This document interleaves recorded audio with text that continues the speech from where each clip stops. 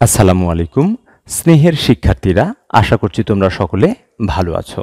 আজকে আমরা আলোচনা করব উচ্চ মাধ্যমিক শ্রেণীর রসায়ন প্রথম পত্রের প্রথম অধ্যায় ল্যাবরেটরির নিরাপদ ব্যবহার নিয়ে। আজকে আমাদের আলোচনার বিষয় হচ্ছে দ্রবণের ঘনমাত্রা প্রকাশের বিভিন্ন পদ্ধতি।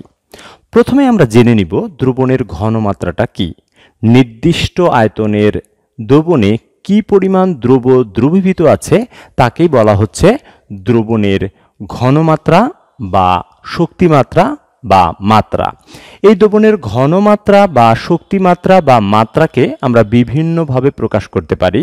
আমরা প্রকাশ করতে পারি মোলারিটি দিয়ে, মোলালিটি দিয়ে, নরমালিটি দিয়ে, শতকরা মাত্রা দিয়ে, মোল ভগ্নাংশ দিয়ে, এবং এখানে দেখছো লেখা আছে পিপিএম, পিপিবি, পিপিটি।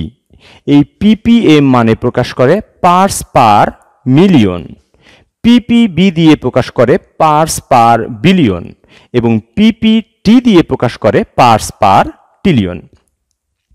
আমরা এই শক্তি মাত্রাগুলো জানার আগে আমরা জেনে নিব বিভিন্ন দ্রবণ সম্পর্কে। আমরা প্রথমে জেনে নিব মোলার দ্রবণ সম্পর্কে, তারপরে আমরা জানব হলো মোলাল দ্রবণ সম্পর্কে এবং আমরা আরও জানব নরমাল দ্রবণ সম্পর্কে। তাহলে মোলার দ্রবণ কাকে বলে? মোলার দ্রবণটা হচ্ছে স্থির তাপমাত্রায়, অর্থাৎ এখানে তাপমাত্রা নির্দিষ্ট 25 ডিগ্রি সেন্টিগ্রেড তাপমাত্রা হতে পারে, 30 ডিগ্রি সেন্টিগ্রেড তাপমাত্রা হতে পারে এবং তাপমাত্রা সবসময় স্থির থাকবে। স্থির তাপমাত্রায় 1000 মিলিলিটার বা 1 লিটার দ্রবণে যদি 1 মোল দ্রবীভূত থাকে তাকে বলবো আমরা হলো মোলার দ্রবণ। তাহলে আমরা উদাহরণ হিসেবে দেখতে পারি 1000 মিলিলিটার দ্রবণে যদি সালফিউরিক অ্যাসিডের 1 মোল দ্রবীভূত থাকে তাহলে সেটাকে আমরা বলবো মোলার দ্রবণ। তাহলে 1 মোল সালফিউরিক অ্যাসিডের গ্রাম আণবিক ভর কত? 98 গ্রাম। তাহলে আমি বলতে পারি 1000 মিলিলিটার দ্রবণে সালফিউরিক অ্যাসিডের যদি 98 গ্রাম দ্রবীভূত থাকে তবে সেটাকে বলবো আমরা হলো মোলার দ্রবণ। এরপরে আমরা জানবো মোলারিটিটা কি। এই মোলার দ্রবণে দ্রবের মোল সংখ্যাকে বলবো আমরা হলো মোলারিটি এবং এই মোলারিটিকে প্রকাশ করা হয় এস দ্বারা। তাহলে আমরা লিখতে পারি দ্রবের মোল সংখ্যা ডিভাইডেড বাই কি? দ্রবণের আয়তন। এবং এই আয়তনটা হবে কিসে? লিটারে। দ্রবের মোল সংখ্যাকে আমরা কি দ্বারা প্রকাশ করতে পারি? দ্রবের মোল সংখ্যাকে আমরা প্রকাশ করতে পারি এন দ্বারা এবং আয়তনকে লেখা হয়েছে ভি এল। এই এল প্রকাশ করছে আয়তনটা হবে লিটারে। আমরা এই লিটারটাকে যদি মিলিলিটারে কনভার্ট করতে চাই তাহলে এই আয়তনকে যদি 1000 দ্বারা ভাগ দিই তাহলে এখানে যে আয়তনটা পাবো সেটা হলো মিলিলিটার আর এখানে নিচে থাকবে কি? 1000। তাহলে 1000কে যদি আমরা উপরে দিয়ে দিই তাহলে আমরা পাচ্ছি কি? এন গুণিতক 1000 ডিভাইডেড বাই আয়তন এবং এই আয়তনটা কিসে হবে? মিলিলিটারে। আমরা মোল সংখ্যা সমান সমান জানি যে কোনো একটা বস্তুর ভরটাকে যদি আণবিক ভর দ্বারা ভাগ করে দিই তাহলে যেটা পাবো সেটাকে বলবো আমরা হলো মোল সংখ্যা। এবং এভাবে বলতে পারি কোনো একটা বস্তুর ভর ও আণবিক ভরের এই অনুপাতটাকে বলা হয় মোল সংখ্যা। তাহলে আমরা এইখানে কি লিখতে পারি? ডাব্লিউ ডিভাইডেড বাই এম গুণিতক কত? 1000 ডিভাইডেড বাই ভি এবং এই ভিটা হবে হলো মিলিলিটারে। তাহলে আমাদের এস সমান সমান আমাদের দাঁড়ালো হলো যে ডাব্লিউ ডিভাইডেড বাই এম গুণিতক 1000 ডিভাইডেড বাই ভি। এইটা দিয়ে আমরা কোনো একটা আদর্শ দ্রবণ বা প্রমাণ দ্রবণ বা কোনো একটা দ্রবণ তৈরি করতে গিয়ে আমাদের এই সূত্রটা লাগে। এখন আমরা দ্রবণ সম্পর্কে আলোচনা করেছি। আমরা এর আগে জেনে নিব যে প্রমাণ দ্রবণ বা আদর্শ দ্রবণ কি। তোমরা জানো যে দুই ধরনের পদার্থ আছে, একটা হলো প্রাইমারি স্ট্যান্ডার্ড পদার্থ আর একটা হলো সেকেন্ডারি স্ট্যান্ডার্ড পদার্থ। এই প্রাইমারি স্ট্যান্ডার্ড পদার্থ প্রকৃতিতে বিশুদ্ধ অবস্থায় পাওয়া যায়। এই প্রাইমারি স্ট্যান্ডার্ড পদার্থ নিয়ে যে দ্রবণটা তৈরি করা হয় এবং এই দ্রবণের শক্তিমাত্রা বা ঘনমাত্রা জানা থাকে, যার কারণে এটাকে বলা হয় হলো আদর্শ দ্রবণ বা প্রমাণ দ্রবণ। আমরা এভাবে বলতে পারি যে প্রমাণ দ্রবণ বা আদর্শ দ্রবণটা কি, যেই দ্রবণের শক্তি মাত্রাটা বা ঘনমাত্রাটা আমরা জানি তাকে বলবো আমরা হলো প্রমাণ দ্রবণ বা আদর্শ দ্রবণ। এখন আমরা মোলার দ্রবণ জেনেছি, এখান থেকে আমরা আরও কিছু দ্রবণ সম্পর্কে জানব। যদি এই স্থির তাপমাত্রায় 1000 মিলিলিটার বা 1 লিটার দ্রবণের মধ্যে 2 মোল দ্রব্য দ্রবীভূত থাকে, তাহলে সেটাকে বলবো আমরা হলো বাইমোলার দ্রবণ। ঠিক আছে, এবং বাইমোলার দ্রবণের ঘনমাত্রা প্রকাশ করা হচ্ছে 2m দ্বারা। যদি স্থির তাপমাত্রায় এই জায়গাতে 0.5 মোল দ্রব্য দ্রবীভূত থাকবে এবং এটা থাকবে কতটুকুর দ্রবণের মধ্যে, 1000 মিলিলিটার বা 1 লিটার দ্রবণের মধ্যে, তাহলে সেটাকে বলবো আমরা হলো সেমিমোলার দ্রবণ। তাহলে সেমিমোলার দ্রবণের সংজ্ঞা আমি বলতে পারি না, স্থির তাপমাত্রায় 1000 মিলিলিটার বা 1 লিটার দ্রবণে যদি 0.5 মোল দ্রবীভূত থাকে তবে সেটাকে বলবো আমরা হলো সেমিমোলার দ্রবণ। তাহলে সেমিমোলার দ্রবণের ক্ষেত্রে দ্রবের কত মোল দ্রব্য দ্রবীভূত থাকবে, 0.5 মোল, এবং তার শক্তিমাত্রাকে আমরা প্রকাশ করছি 0.5m দ্বারা। সেমিমোলার দ্রবণ সম্পর্কে জানলাম, এবার আমরা জানব ডেসিমোলার দ্রবণ সম্পর্কে।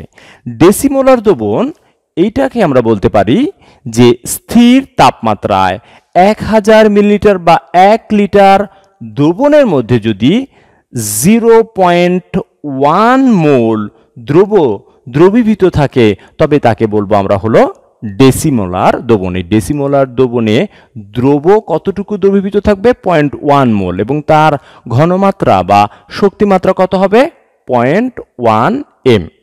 তাহলে আমরা বাইমোলার দ্রবণ সম্পর্কে জানলাম, সেমিমোলার সম্পর্কে জানলাম, ডেসিমোলার সম্পর্কে জানলাম। এবার আমরা জানব হলো সেন্টিমোলার ও মিলিমোলার। যদি স্থির তাপমাত্রায় 1000 মিলিলিটার বা 1 লিটার দ্রবণের মধ্যে 0.01 মোল দ্রব্য দ্রবীভূত থাকে তবে সেটাকে বলবো আমরা হলো সেন্টিমোলার দ্রবণ, এবং এই সেন্টিমোলার দ্রবণের শক্তিমাত্রা ধরা হয় 0.01m। সর্বশেষে আমরা জানব মিলিমোলার দ্রবণ। স্থির তাপমাত্রায় 1000 মিলিলিটার বা 1 লিটার দ্রবণের মধ্যে যদি 0.001 মোল দ্রব্য দ্রবীভূত থাকে তবে সেটাকে বলবো আমরা হলো মিলিমোলার দ্রবণ, এবং এই মিলিমোলার দ্রবণের শক্তিমাত্রা ধরা হচ্ছে হলো 0.001m। আমরা এইটা অর্থাৎ মোলার দ্রবণ সম্পর্কে জানলাম, বাইমোলার দ্রবণ, সেমিমোলার, সেন্টিমোলার, ডেসিমোলার, মিলিমোলার দ্রবণ সম্পর্কে জানলাম। এবার আমরা দেখব যে বাইনারি দ্রবণটা কি। কোনো একটা দ্রবণের মধ্যে উপাদানগুলো যদি ভিন্ন ভিন্ন হয়, অর্থাৎ দুটি ভিন্ন উপাদান যদি কোনো একটা দ্রবণের মধ্যে দ্রবীভূত থাকে তবে সেটাকে বলবো আমরা হলো বাইমোলার দ্রবণ, এবং এই বাইমোলার দ্রবণের যে ভিন্ন ভিন্ন উপাদানগুলো থাকে তাদের শক্তিমাত্রাটাও আলাদা হয়। এখন আমরা জেনে নিব যে এই মোলার দ্রবণটা হলো তাপমাত্রার উপরে নির্ভরশীল। এই দ্রবণ যেখানে তৈরি করা হবে, যেই তাপমাত্রায় তৈরি করা হবে সেই তাপমাত্রায় এটাকে ব্যবহার করতে হবে, এবং এইটা হলো আয়তন ভিত্তিক মাত্রা। এটা হলো আয়তন ভিত্তিক মাত্রা, এবং আয়তনের ক্ষেত্রে যখনই আমরা তাপমাত্রা বাড়াবো তখন এইটার পরিবর্তন হবে। সুতরাং এটাকে বলবো আমরা হলো আয়তন ভিত্তিক তাপমাত্রা, এবং মোলার দ্রবণ এবং মোলালিটির সাথে তাপমাত্রার একটা সম্পর্ক আছে। এখন আমরা মোলাল দ্রবণ সম্পর্কে জানব। মোলাল দ্রবণ হলো 1000 গ্রাম বা 1 কেজি দ্রাবকে যদি 1 মোল দ্রবীভূত থাকে তাকে বলবো আমরা মোলাল দ্রবণ, এবং এই মোলাল দ্রবণের দ্রবের মোল সংখ্যাকে আমরা বলবো হলো মোলালিটি। এইটার ক্ষেত্রে এটাকে আমরা m দ্বারা যদি প্রকাশ করি তাহলে এটা হলো W1 W2 1000 divided by m। W1 প্রকাশ করে দ্রবের ভর, W2 প্রকাশ করে দ্রাবকের ভর, আর M প্রকাশ করে আণবিক ভর। এটা দিয়ে আমরা ম্যাথ করব। এরপর আমরা জানব নরমাল দোবন। নরমাল দোবনের ক্ষেত্রে আমরা মনে রাখব যে এই জায়গাতে স্থির তাপমাত্রায় 1000 মিলিলিটার বা 1 লিটার দ্রবণের মধ্যে যদি তুল্য ভর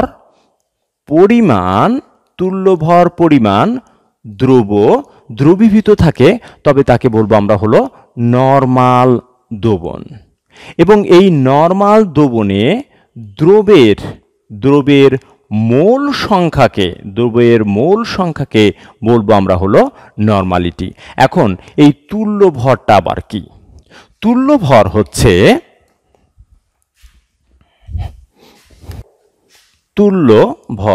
ইকুয়াল টু আণবিক ভর ডিভাইডেড বাই তুল্য সংখ্যা। আণবিক ভরকে যদি আমি তুল্য সংখ্যা দ্বারা ভাগ করি তাহলে সেটাকে বলবো আমরা হলো তুল্য ভর।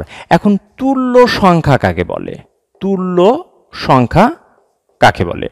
তুল্য সংখ্যা হলো অ্যাসিডের ক্ষেত্রে যতগুলো হাইড্রোজেন আছে সেটা তার তুল্য সংখ্যা।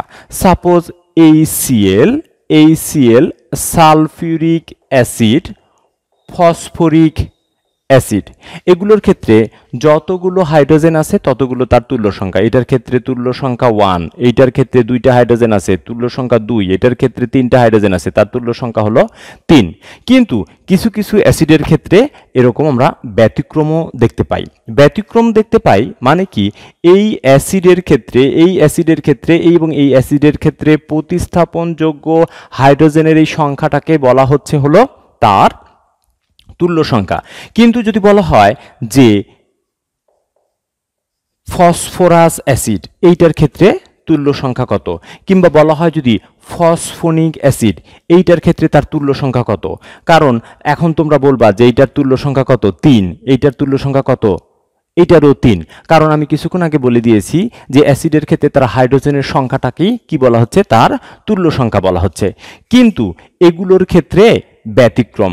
এইটার ক্ষেত্রে ব্যতিক্রম কি? আমরা যদি তার গাঠনিক স্ট্রাকচারটা আঁকাই তাহলে আমরা দেখতে পাবো এই জায়গায় গাঠনিক স্ট্রাকচার যদি আঁকাই তাহলে এভাবে দেখতে পাই, এইটার ক্ষেত্রে এভাবে দেখতে পাই, এবং এইটার ক্ষেত্রে এইভাবে দেখতে পাই। দেখো হাইড্রোজেন কয়টা আছে? 3টা। এখানেও 3টা হাইড্রোজেন আছে। অক্সিজেন কয়টা আছে? 3টা। অক্সিজেন কয়টা আছে? এই জায়গাও 3টা আছে। এবং কেন্দ্রীয় মৌলটা কি? ফসফরাস।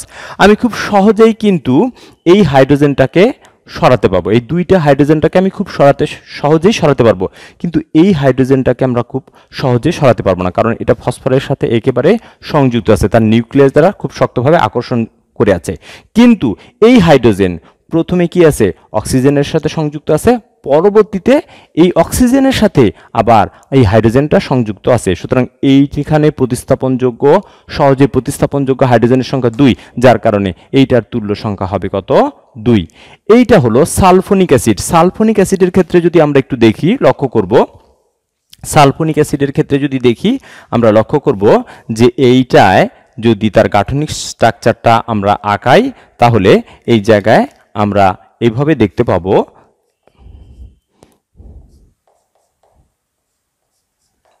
এখানে প্রতিস্থাপনযোগ্য হাইড্রোজেনের সংখ্যা হলো 1, যার কারণে তার তুল্য সংখ্যা হয় কত?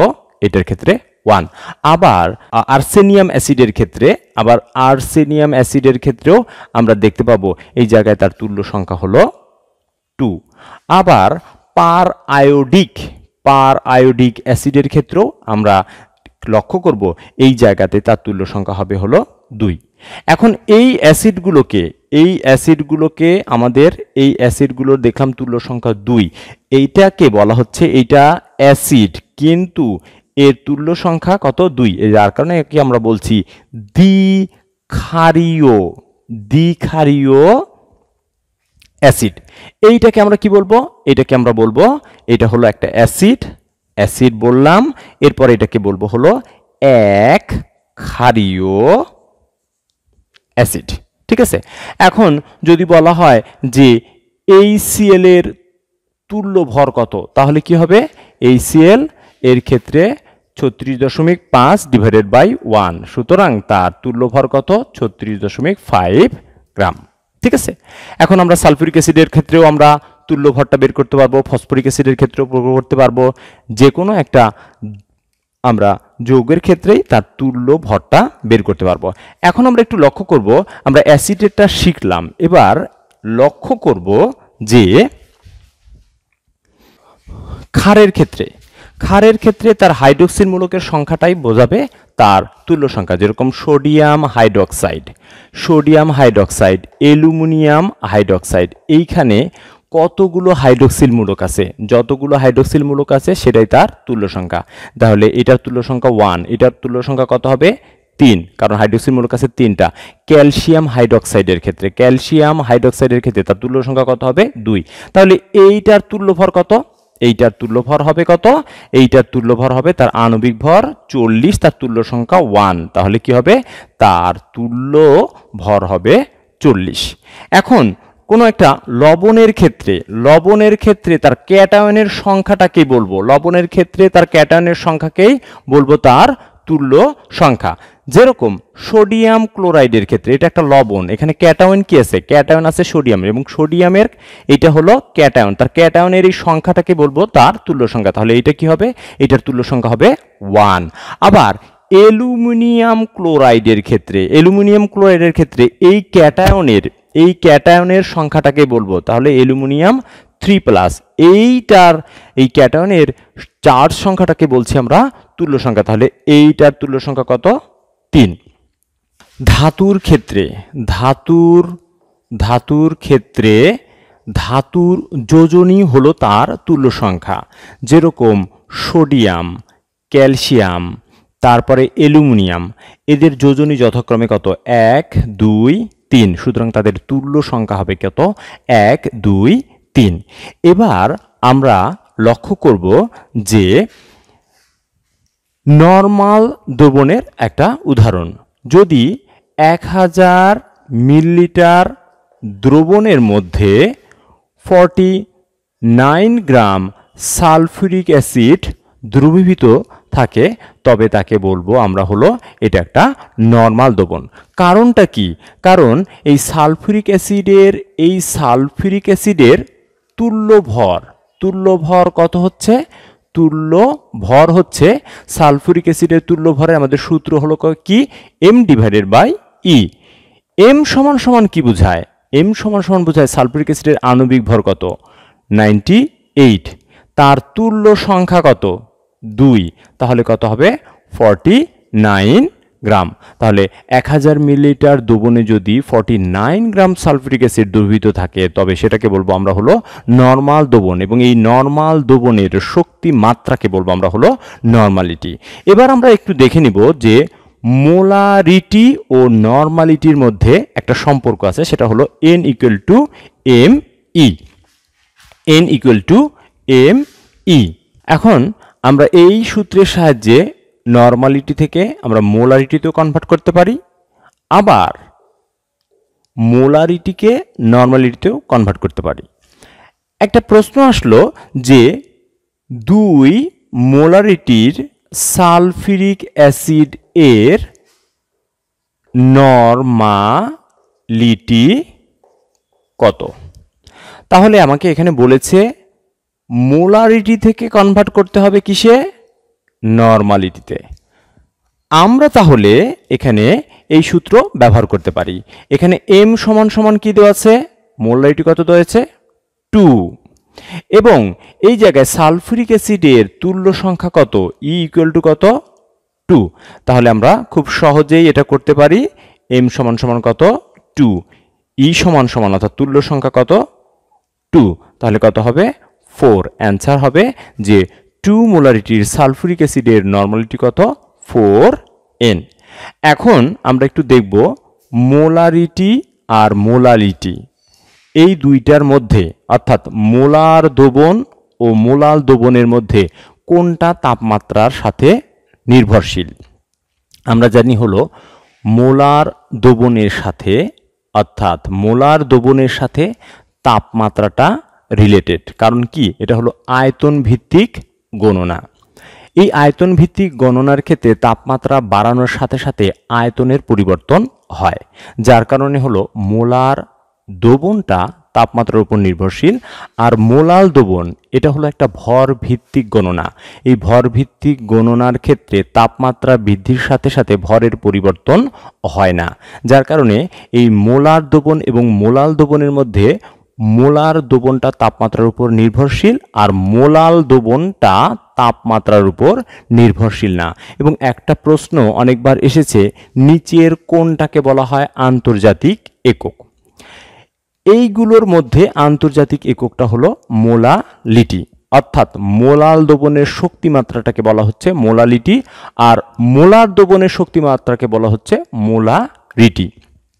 আমি এর আগেই বলেছি তোমাদের যে মোলার দ্রবণটা যে তাপমাত্রায় তৈরি করা হবে সেই তাপমাত্রাতেই সেটা হলো ব্যবহার করতে হবে। সাপোজ আমি একটা এই বাংলাদেশের এই এনভায়রনমেন্টে আমরা একটা দ্রবণ তৈরি করলাম। এখন এই দ্রবণটা যদি আমি নিউ ইয়র্কে নিয়ে যাই, তাহলে নিউ ইয়র্কে ওই জায়গায় যেতে যেতে এই দ্রবণটা কি বরফ হয়ে যাবে এই সময়। এই জন্য এটাকে আমি আন্তর্জাতিক একক বলতে পারছি না, কারণ তাপমাত্রার পরিবর্তনের সাথে সাথে এটার আয়তনটাও পরিবর্তন হচ্ছে, কিন্তু এটা হলো তাপমাত্রার উপর নির্ভরশীল না।